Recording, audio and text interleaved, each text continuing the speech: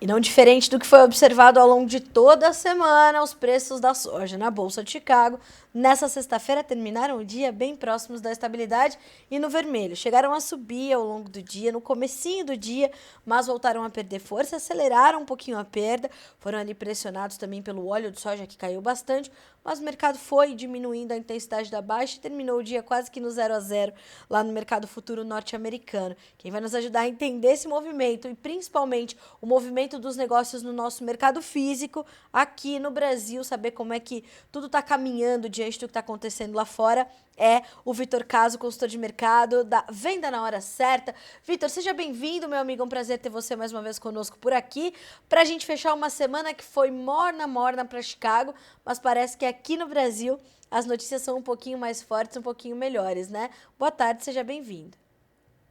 Boa tarde, Carla. Boa tarde. Obrigado mais uma vez aí por estar participando. E é isso mesmo, né? Se a gente for olhar as cotações de Chicago essa semana, diferente da semana passada, que chegaram a variar em quase 40 centavos, essa Exato. semana a variação foi bem baixa, o mercado bem lateral. A falta também de relatórios, fundamentos para essa semana.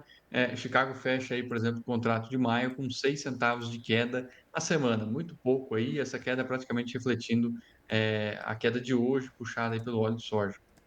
Bom, Vitor, o que mais marcou essa semana na Bolsa de Chicago para a gente entender esse movimento, né? Quais foram né, o que nós podemos elencar aí como destaques para os movimentos da soja na Bolsa de Chicago nessa semana? Como eu falei, essa semana eu acredito que foi uma semana fraca de fundamentos para Chicago. Sim. Do lado você tem aqui a América do Sul com a colheita já praticamente concluída, ou precificada, nós poderíamos dizer assim, né? E do lado dos Estados Unidos ainda um atraso, ou dizer assim, nem começou a safra por lá ainda. Então o mercado financeiro, de uma maneira geral, ficou mais atento essa semana para as taxas de juros lá nos Estados Unidos. E isso aí acabou movimentando um pouco mais, trazendo um pouco mais de volatilidade durante a semana, mas uma semana bem lateral aí para as cotações, tanto de soja quanto de milho lá em Chicago. Isso que eu ia falar, para o milho também bem esvaziado o mercado, né, Vitor? Sem trazer também oscilações muito intensas, e eu imagino que o mercado esteja se ajustando, se preparando para os números que chegam no final do mês, quando a gente vai conhecer a intenção de plantio americana. Exato, intenções de plantio e estoques trimestrais a gente tem no final agora de Verdade. março.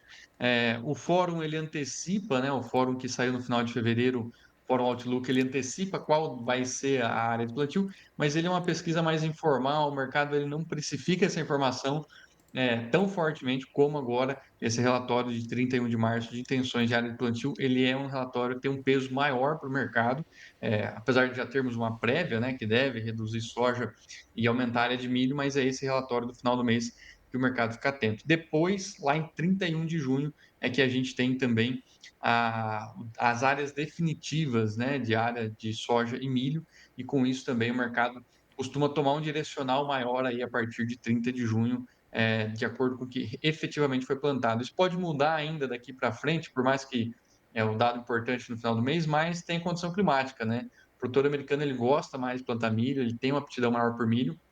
Em anos onde a gente tem um aquecimento mais rápido, um degelo mais rápido, isso favorece o plantio de milho lá nos Estados Unidos e um plantio mais acelerado. Anos onde o degelo é mais lento ou um ano mais chuvoso, a gente vê que a janela do milho fica um pouco mais apertada e o produtor americano acaba optando por fazer soja em algumas áreas que vão ficando mais para trás. Então a gente pode ainda ter algum ajuste de área relacionado ao clima lá nos Estados Unidos, mas ainda também é cedo, seria uma grande especulação aí nesse momento. Vamos aguardar o relatório de 31 de março. É verdade. Vitor, ainda falando em relatórios, para a gente partir para o nosso mercado físico, nós tivemos também a Bolsa Argentina fazendo um corte na sua estimativa para a produção de soja por lá.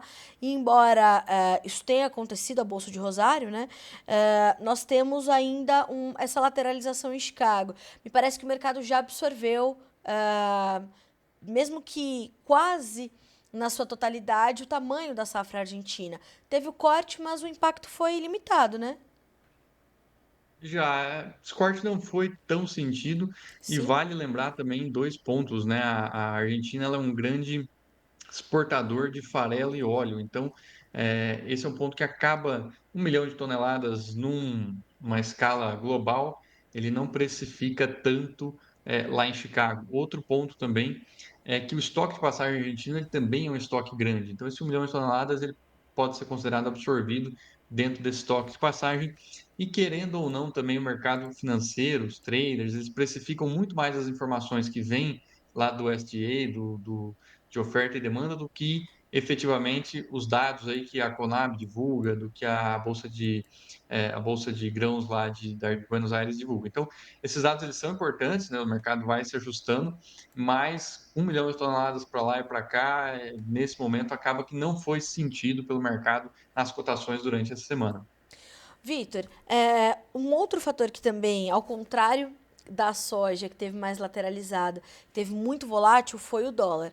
A gente viu o dólar ter, né, essas oscilações um pouquinho Hum. mais intensas, perdeu 5,70, recuperou 5,70, hoje chegou a registrar altas mais fortes do que essas que a gente observa nesse momento, que inclusive são ali de 0,7%, R$ 5,72.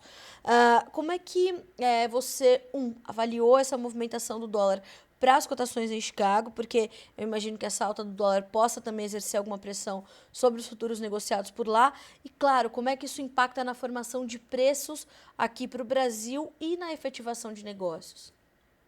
Exato.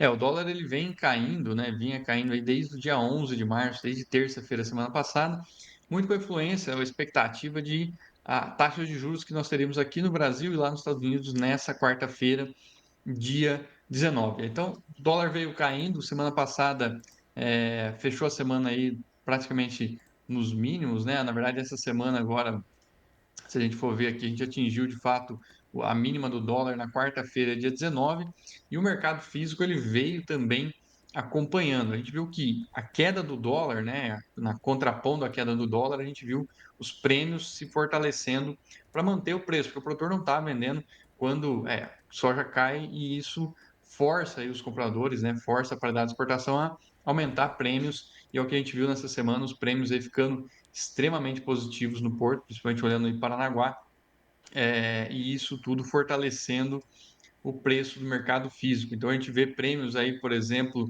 no contrato de março na casa de 80 centavos, abril na casa de 90 centavos, o que é muito alto para o período atípico, vamos dizer assim, no momento de safra e de uma safra grande como a gente tem aqui no Brasil.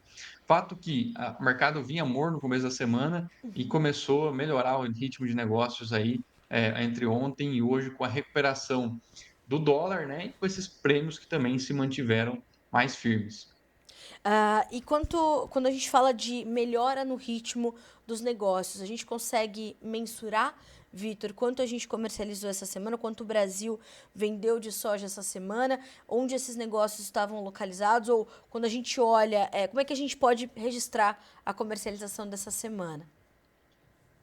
Conversando com alguns compradores, né, eles trouxeram esses reportes, tanto aqui do Mato Grosso quanto no sul do Brasil, e principalmente para aqueles produtores que ainda tinham algum custo para travar ou ainda tinham alguma necessidade aí, de vendas, acabaram tomando essa decisão, de comercializar. É difícil dizer exatamente quanto, de comercialização foi andado essa semana, e apontar com efetividade, mas uma semana menor do que as últimas de negócios. Com certeza, a partir de agora, o produtor sabe, né, que 30 do 4 ou o mês de abril acaba sendo um mês onde você tem o maior desconto de preços, né, e por isso também não deve também, né, para quem está aí ouvindo a gente, não deve deixar para a última hora para fazer a sua venda, fazer a sua comercialização.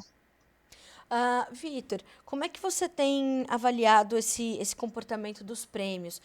Eu estava ouvindo agora há pouco uma análise dizendo que, de fato, os números da China em relação a anos anteriores são bem maiores na importação esse ano, né? A China comprou mais volume antecipadamente e isso vai promovendo lá uma recomposição dos estoques dos chineses e tudo mais e poderia trazer alguma pressãozinha sobre os nossos prêmios. De fato, eles podem voltar um pouquinho, os nossos prêmios podem devolver um tiquinho aí nesses próximos meses, dado que subiu em plena colheita, ou a gente tem um cenário fundamentado para que esses prêmios mantenham-se elevados?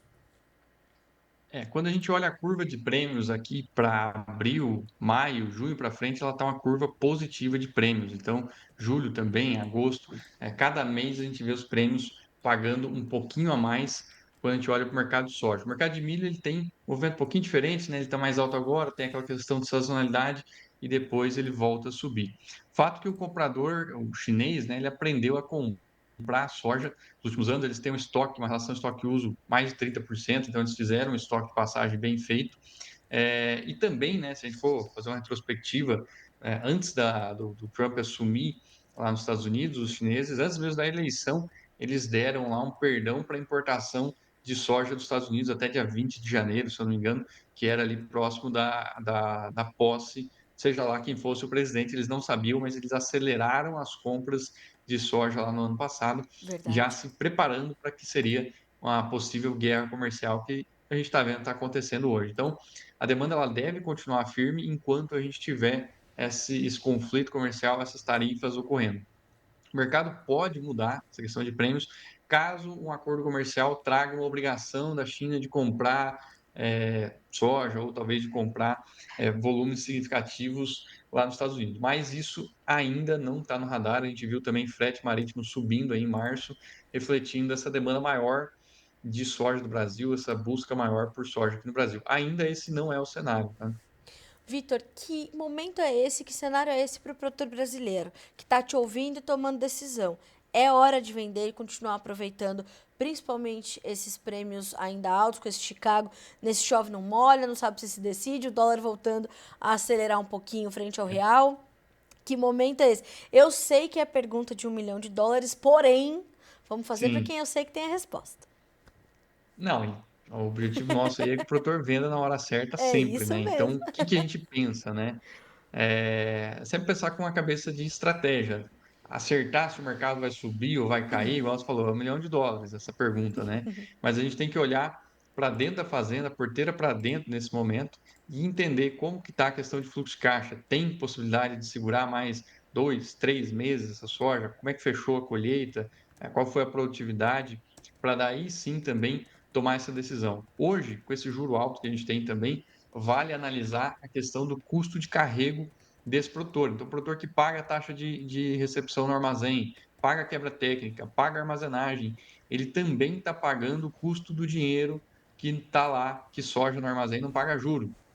Então, se ele vendesse essa soja hoje a 110, R$ 120, vamos colocar aí, dependendo se está mais próximo do porto, mais aqui para o interior do Brasil, numa aplicação de 1% ao mês, que hoje está praticamente todos os bancos oferecendo, tem essa possibilidade, a gente está falando aí de R$ 1, R$ 1,20 por mês só do custo de oportunidade do dinheiro, mais a quebra técnica, a armazenagem, recepção e outros fatores. Então, é um momento de ser muito estratégico e saber como é que tá as contas para ver se vende e faz uma aplicação como essa, com uma participação de alta. Então, se o mercado voltar a subir no mercado climático americano, o produtor teria a possibilidade ainda de maximizar esses ganhos, né, com uma participação limitada de alta, um seguro de alta de preços lá em Chicago, ou ainda, caso tenha aí um fluxo de caixa confortável, armazenagem, especular um pouco mais para vender essa soja no segundo semestre com valor acima. Mas a gente não pode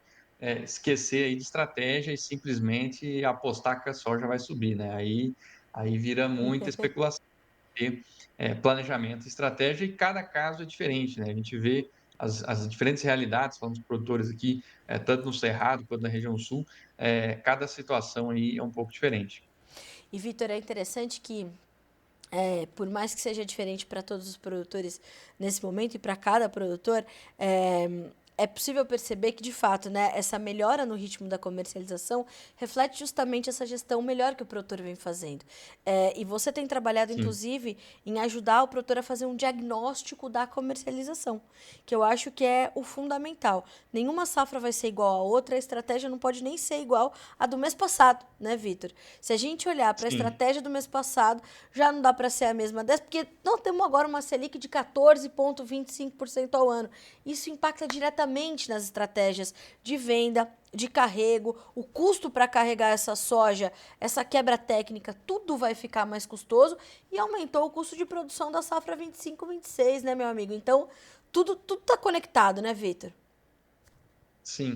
A comercialização ela é dinâmica, né? Quando a gente pega lá o preço da soja, a gente vê lá R$ 100, R$ 120 a soja. Dentro desse preço, a gente tem as cotações de Chicago, tem os prêmios, tem os custos, e aí muito sobre frete também, custo porto, e o dólar. Então, a todo momento, esses quatro fatores estão se movimentando junto, né? E o produtor tem que fazer uma gestão ou equilibrar os pratos, vamos dizer assim, para estar fazendo vendas aí no melhor momento. E claro, a gente fala muito disso, né? O mercado ele é soberano, ele vai para onde a oferta e a demanda estiver apontando. Mas mais importante que isso é conhecer os custos, conhecer a relação de troca e a margem para fazer vendas de maneira consciente e não ficar esperando. Isso acho que nos últimos anos aí ficou mais claro, acho que quem está ouvindo aí já sabe, mas não deixar para a última hora esperando ali alguma melhora de mercado, ficar postergando e não, né? O mercado deu condição realmente efetivar negócio e realizar lucro ou realizar relações de troca aí já de olho na safra 25-26. E, Vitor, eu vou até pedir para nossa equipe disponibilizar aqui no nosso chat um contato para falar contigo e tentar, inclusive, alinhar um horário contigo para você fazer esse diagnóstico da comercialização, né? Você tem ali alguns horários para iniciar um processo com os produtores que nos acompanham por aqui e queiram fazer as suas vendas na hora certa, né? Exato, isso. Eu ou alguém da equipe aí vai estar disponível para atender vocês, então é só entrar em contato e a gente fazer o diagnóstico e entender exatamente como que pode contribuir para a comercialização de soja e de milho, aproveitar essas oportunidades de mercado e gerenciar risco, né? Eu acho que a gente está num ano talvez de cuidar mais da margem, de ficar mais de olho, porque o negócio está bem apertado aí. Vitor, quando a gente pensa nesse diagnóstico, é, ele pensando exatamente nessas estratégias, é um diagnóstico que muda muito frequentemente. Esses diagnósticos precisam ir sendo atualizados diante do que o produtor vai vendendo, do que ele vai segurando, do quanto ele precisa segurar para quitar suas contas. A gente sabe que vem aí o 30 do 4, né, Vitor? Como é temido pelo produtor o 30 do 4, cheio de boletos para pagar, mas também com oportunidades de mercado. Esses diagnósticos, eles vão mudando com frequência? Claro, assim, o diagnóstico ele é uma foto do hoje e do ontem, vamos dizer assim, o que que o produtor veio fazendo até hoje, para daí sim a gente fazer o que a gente chama de um plano de ação. Então, primeiro a gente tem que entender a realidade de relação de troca em cima de manejo, então produtores que têm uma cultura de investimento maior, fazem aí adubação de 80, 120 pontos, por exemplo, o manejo é diferente, a relação de troca é diferente. Também a gente vê o costume de cada região, então lá na região sul, as negociações são atreladas muito a cooperativas, soja balcão. Então, é um ritmo de negociação diferente, de repente, do Cerrado, por exemplo, aqui do Mato Grosso, que já está com parte da safra 25-26 negociada na compra de insumos. Então, esse diagnóstico ele vai ver essas peculiaridades de cada um, mais ainda o que a gente tem visto nos últimos anos, tem visto hoje, né, um reflexo de decisões dos últimos anos, Carla, que o produtor investiu muito em máquina, em benfeitorias, mas ele fez esse investimento lá atrás, quando a gente tinha uma Selic mais baixa, vamos chutar aí 2, 4% nesse período, e também nós tínhamos uma soja valendo 150, R$ 180. Só que essas parcelas ficaram, né? São parcelas, a gente sabe, na agricultura, são coisas de 2, 4, 10 anos aí para pagar. E agora, as parcelas vencendo, isso acaba pressionando o produtor a fazer vendas nesse momento de colheita ou em momentos onde a gente não tem o melhor preço de soja e de milho. Então, esse diagnóstico ele olha toda essa realidade do produtor. Não é só mercado, fala, o mercado tá bom para vender, mas o produtor não tem nem soja mais. Então a gente tem que entender. O primeiro Exato. passo é entender o que está acontecendo dentro da porteira. E aí o plano de ação, sim, ele vai sendo atualizado conforme o mercado vai andando, mas ele é um plano de ação em cima dessa realidade do produtor. Se ele tem soja, se ele tem compromisso, se ele tem que vender agora, o que, que ele pode fazer? Ele vai fazer uma participação de alta para tentar aproveitar o mercado climático americano nos próximos 3 meses, por exemplo? Ou agora ele pode, por exemplo, fazer uma relação de troca de olho no cloreto, que os preços deram uma puxada, mas ainda estão dentro de uma média histórica. E aí o plano de ação, sim, ele vai sendo atualizado conforme o mercado vai andando, mercado de insumos e mercado de soja também. Bom, Vitor, eu vou reforçar, tá aqui no nosso chat disponível o seu contato para os nossos produtores para a gente fazer esse diagnóstico, você poder acessá-los e eles acessarem a vocês. Então, diagnóstico gratuito. E não é só soja, né, Vitor? A gente deu mais destaque aqui, Soja e milho. mas soja e milho, e geralmente o produtor de soja é o produtor de milho e vice-versa. Então, Usem esse link que está aqui na tela de vocês, aqui no nosso chat, para que vocês possam fazer esse contato com o Vitor, agendar esse horário. O Vitor vai fazer o diagnóstico da sua comercialização de forma gratuita, para então dar sequência a essa construção de estratégias. O produtor que tem estratégia, ele já está muito na frente, né? Não vai ficar só especulando, não dá para especular, inclusive especular é super saudável, né, Vitor? Mas contanto que estejam cobertos e com estratégia, tudo bem. Exato, né? A gente brinca assim com as contas travadas, vamos dizer assim. O que sobra você pode especular, pode apostar um Exato. pouco em mercado, mas a gente não pode apostar com o custo e com a margem, né? Aí não. Isso, isso. Mas tanto a margem e o custo travados, dá para testar o coração, né, Vitor? Que é Dá, estratégia. dá sim. Vitor, quero muito te agradecer pela companhia mais uma vez e lembrar a nossa audiência que você também está conosco fazendo o programa Analisando a Comercialização toda terça-feira às 11 horas também aqui no Notícias Agrícolas, né? Estreamos na semana passada, Exato. nessa Também semana. Nessa semana. nesse contato também, se o pessoal quiser mandar alguma dúvida ou alguma coisa para a gente participar lá naquele quadro de terça-feira sobre analisando a comercialização, a gente também está disponível. Ou eventualmente quiser participar do programa também, a gente pode fazer aí, por intermédio de notícias agrícolas, a participação de algum produtor aí no programa, tá? Sem dúvida nenhuma. Se alguém quiser já participar com o Vitor, portas abertas, portanto. Meu amigo, muito obrigada. A gente volta a se encontrar na sexta-feira que vem e, de novo, né? Sempre um privilégio receber as suas análises por aqui, Vitor. Já estou te esperando para a próxima semana, meu amigo. Muito obrigada mais uma vez e bom final de semana para você. Valeu, obrigado, um abraço, uma ótima semana aí a todos, bom final de semana e até semana que vem. Até semana que vem, Vitor. Obrigada. Até mais. Bom, Tchau. tchau, tchau.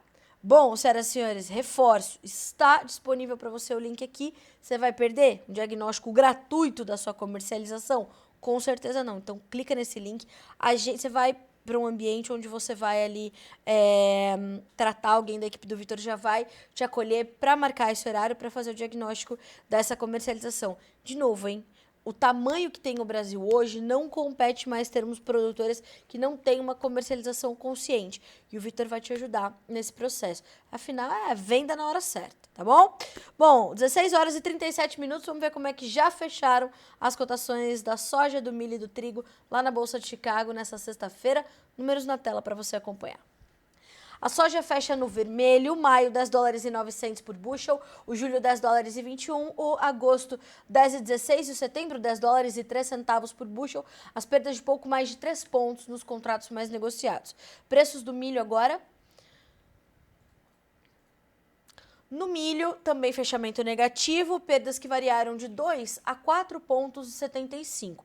Assim, o contrato maio vai a 4 dólares e 64, o julho a 4 dólares e 71 centavos, o setembro a 4 dólares e 44 e o dezembro a 4 dólares e 51 centos por bushel. Concluindo, temos os preços do trigo também.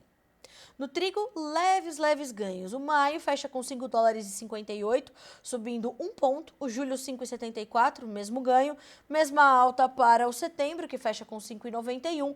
E o dezembro, esse se destaca num spreadzinho até bem considerável em relação aos vencimentos anteriores. 6 dólares e 13 centavos por bushel e uma alta de meio ponto nesta sexta-feira. E assim a gente vai concluindo essa parte da nossa programação, fechamento do mercado da soja, te mostrando que nesta sexta-feira tivemos também, de novo, muita volatilidade para o mercado futuro do milho. Teve entrevista há pouco com o analista da Celeris Consultoria, o Enilson Nogueira, dando mais detalhes para o Guilherme Dorigatti de como é que está esse mercado. Vale a pena você revisitar também essa entrevista e juntos nós vamos construindo aqui a programação da TV Notícias Agrícolas para que você seja sempre o produtor rural mais bem informado do Brasil. Vem aí o fechamento de mercado com o Alexander Horta e os destaques deste 21 de março. Segunda-feira eu volto a te encontrar no Bom Dia Agronegócio. Até mais, continue conosco.